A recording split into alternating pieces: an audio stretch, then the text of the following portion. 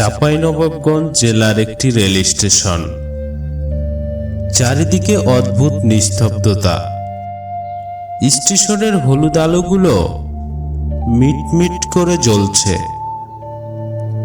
দূরে একটি ট্রেনের হুইসেল শোনা গেল।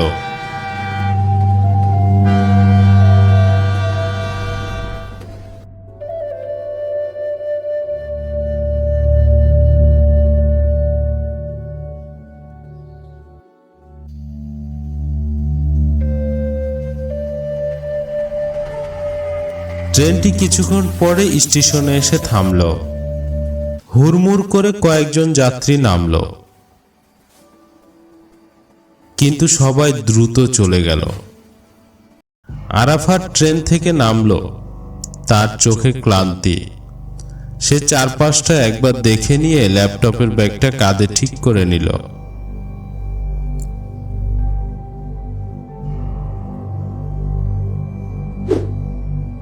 শহরটা যেমন ব্যস্ত, এই স্টেশনটা আজ ঠিক ততটাই চুপচাপ। অফিসের এই জরুরি কাজটা না থাকলে আজ গ্রামে আসা হতো না, কিন্তু গ্রামটা তো অনেক দূরে। স্টেশনে কোনো রিক্সাও দেখছি না।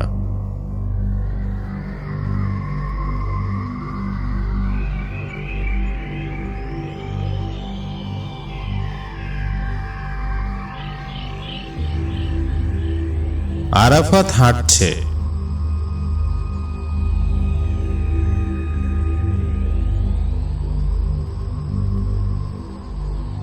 দুই ধারে বিশাল ধান ক্ষেত, মাঝে সরু রাস্তা।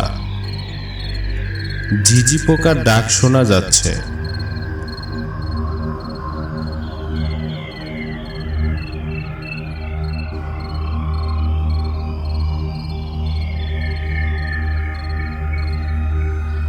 দূরে এক বৃদ্ধ মানুষ বড় একটি বটগাছের নিচে বসে তামাক খাচ্ছেন।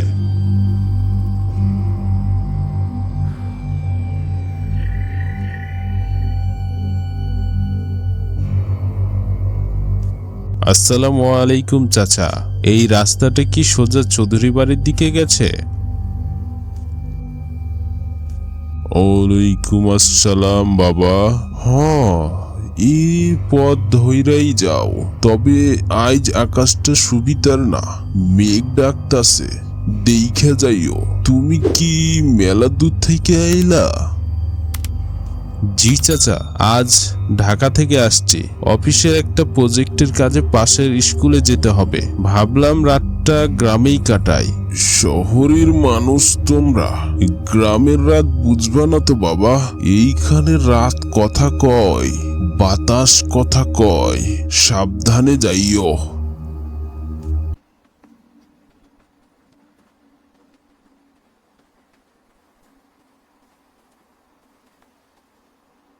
আকাশ হঠাৎ কালো হয়ে গেল। বাতাস বইতে শুরু করলো। হুট করে এক বিশাল বিদ্যুৎ চমকালো। চারপাশটা এক মুহূর্তের জন্য সাদা হয়ে গেল। আরাফাত থমকে দাঁড়ালো। সে একটু ভয় পেলেও নিজেকে সামলে নিল। উফ, কি বিশাল শব্দ! মনে হলো একদম পাশেই পড়ল। বৃষ্টি শুরু হওয়ার আগে কোথাও আশ্রয় নিতে হবে। বৃষ্টি শুরু হলো। আরাফাত দৌড়ে রাস্তার পাশে একটি ভাঙা চালার নিচে গিয়ে দাঁড়ালো। হঠাৎ দেখলো বৃষ্টির ভেতর দিয়ে একটা ছোট্ট ছেলে দৌড়ে আসছে। তার হাতে একটি মাটির পুতুল।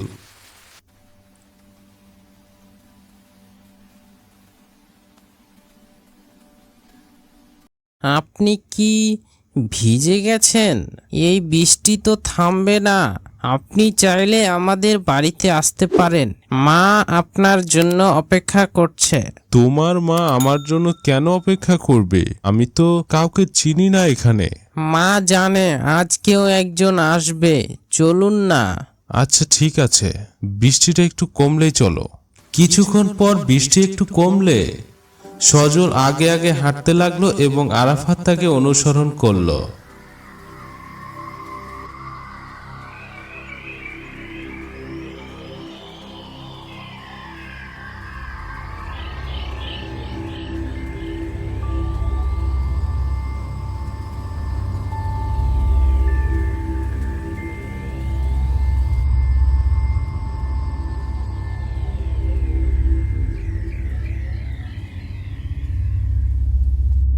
পুরনো একটি টিনের ঘর।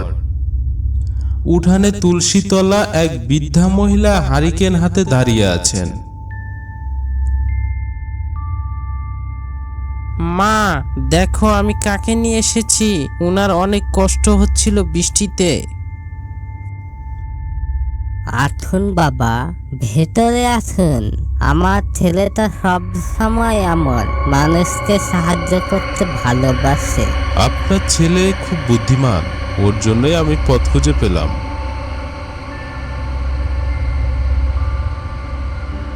মা আরাফাতকে নাস্তা দিলেন। আরাফাত যখন খাচ্ছিল তখন সজল হঠাৎ ঘর থেকে বেরিয়ে গেল।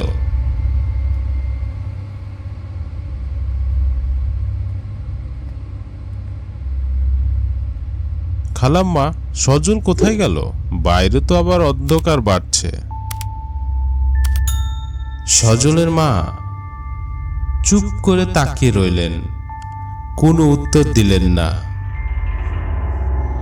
আরাফাত ব্যাগ গুছিয়ে উঠে দাঁড়ালো।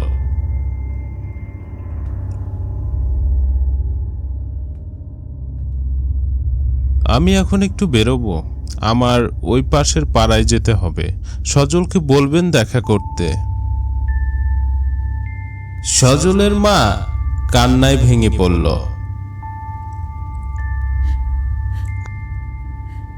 আমার সজল তো অনেক আগে চলে গেছে বাবা।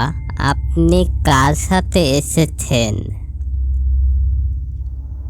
হঠাৎ আরাফাত থমকে গেল।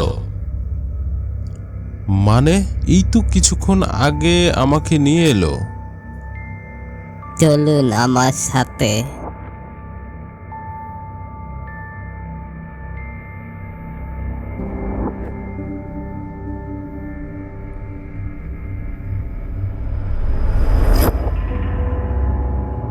সজলের মা আরাফাতকে নিয়ে বাড়ির পিছনে একটি বড় তাল গাছের নিচে গেলেন। সেখানে দেখা গেল গাছটি বজ্রপাতে পুড়ে কালো হয়ে গেছে। নিচে একটি ছোট কবরের মতো ঢিবি।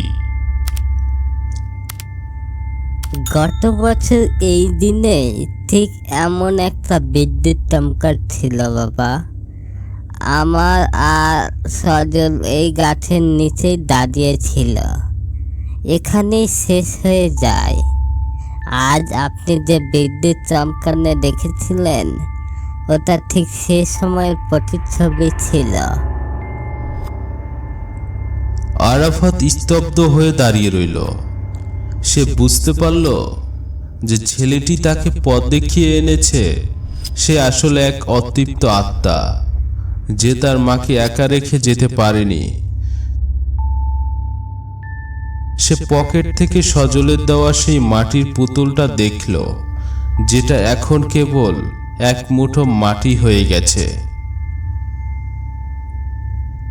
আরাফাত আকাশের দিকে তাকিয়ে রইল এবং বলল, মায়া, এই গ্রামটা আসলে মায়ার বাঁধনে গড়া।